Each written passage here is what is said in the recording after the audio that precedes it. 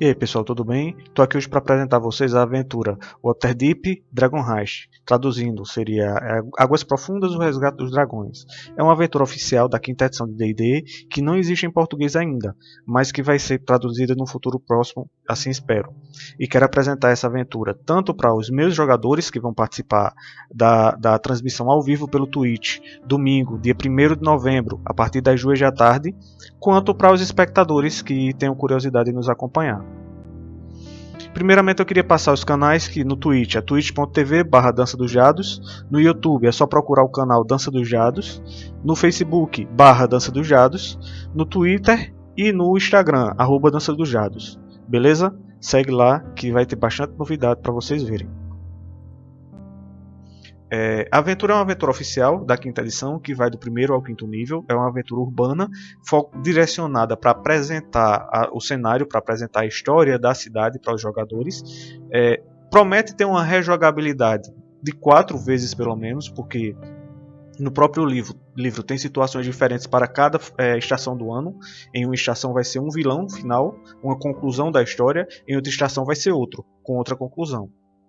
A aventura não precisa ser necessariamente linear, porque como você está numa cidade, a cidade é aberta, você pode ir para um lugar que não estava planejado e executar uma ação que não estava planejada. Isso a gente chama de sandbox. Você está um pouco livre para fazer o que quiser.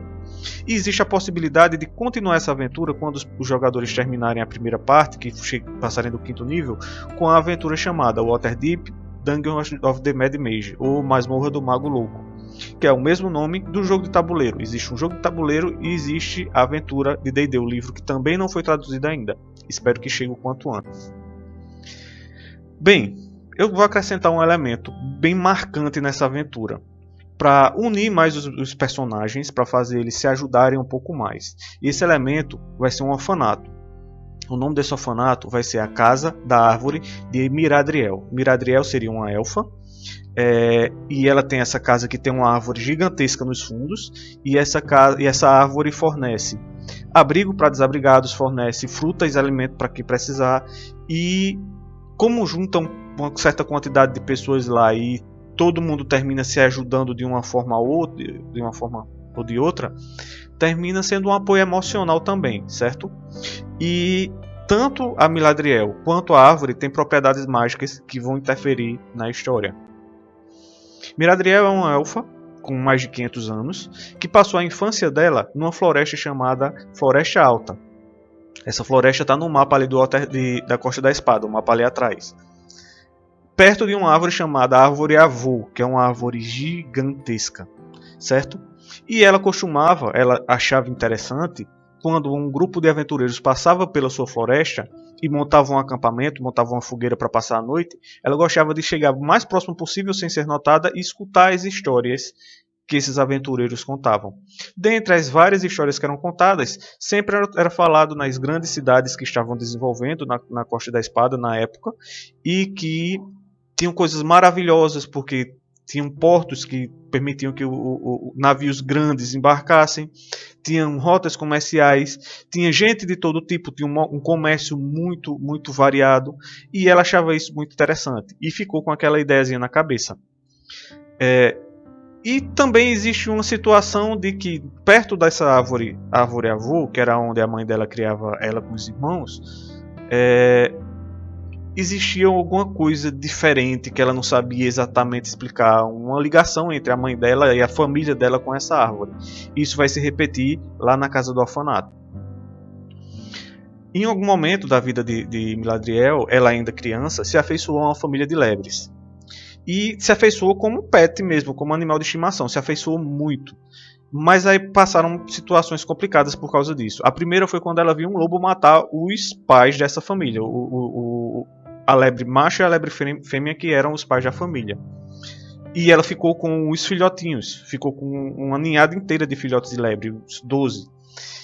E se afeiçoou bastante a eles e começou a cuidar deles como se fosse a mãe deles.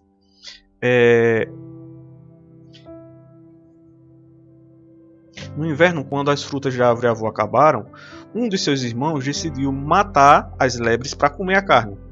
Isso chocou ela. Isso fez com que ela tivesse uma reação de fugir. de proteger as lebres da forma que ela podia. E qual era? Saindo da floresta, que era o ambiente conhecido pelos irmãos dela.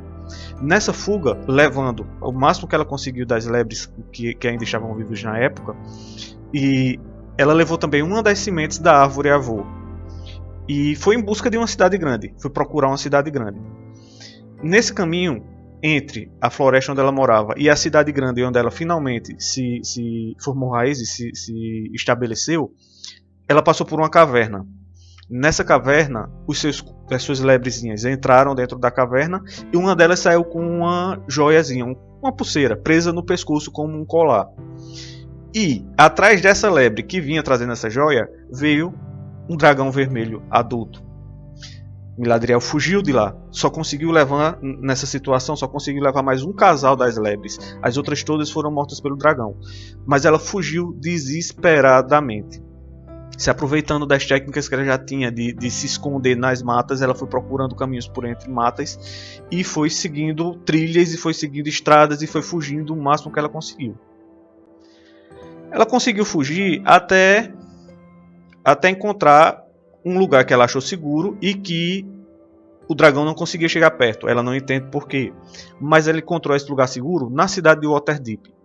Para quem conhece a história, quem conhece o lore, existe em Waterdeep uma varinha mágica, Dragon Wand, sei lá, não lembro exatamente o nome, que impede que dragões entrem na cidade.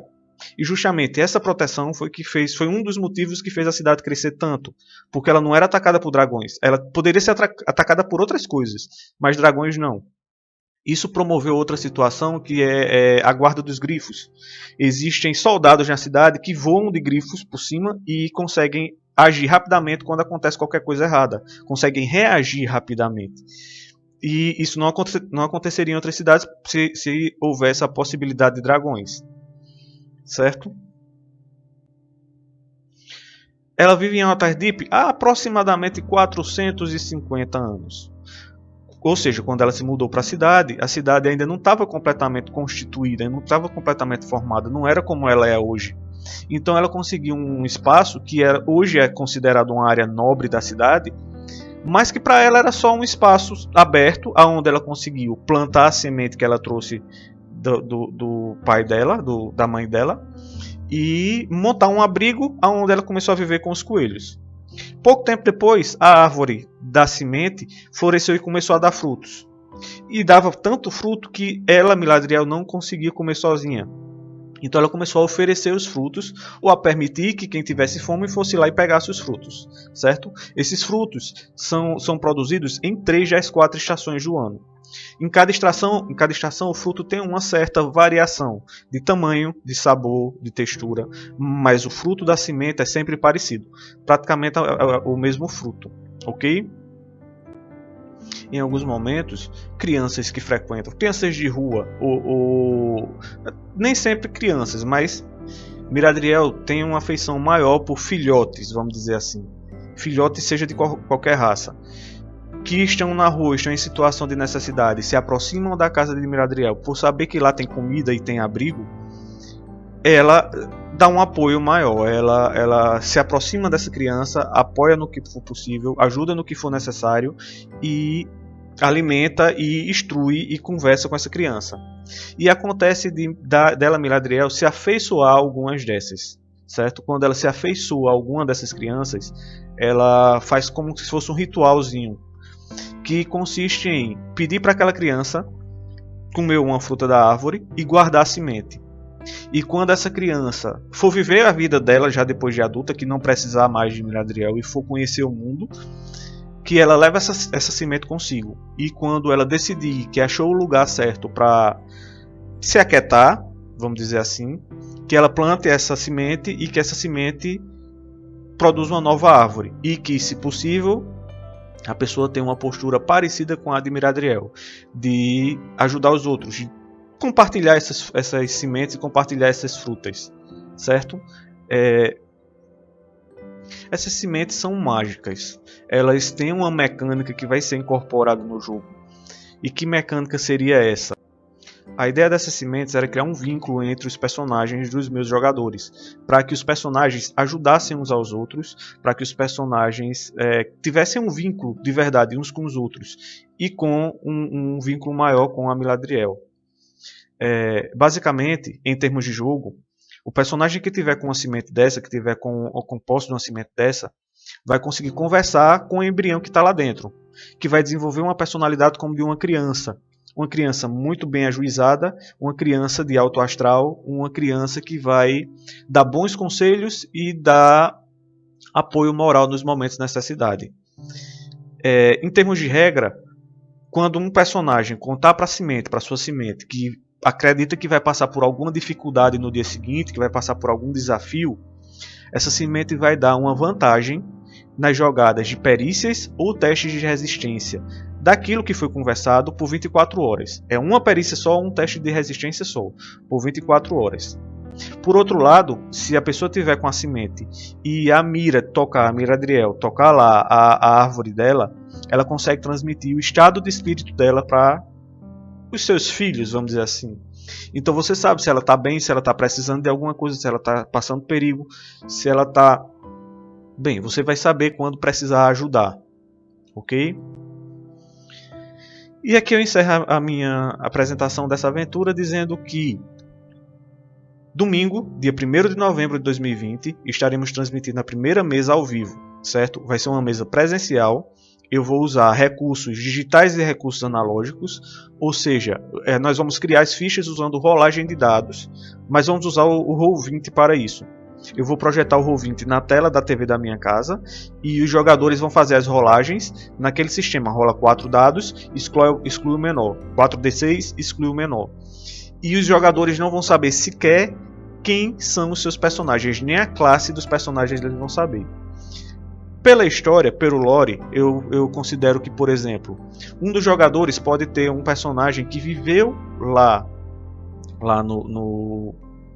na Casa da Árvore até os seus 15, 20 anos de idade, por exemplo, se fosse um humano, e passou o resto da vida em outro lugar. Então eles vão poder sim ter antecedentes diferentes do órfão, beleza? Mas aí eles vão criar a ficha de acordo com os status, com as características que eles conseguirem no jogo. Então todos convidados para assistir a nossa mesa e para ver como é que vai se desenrolar essa história. Valeu, falou. Dança dos Jados.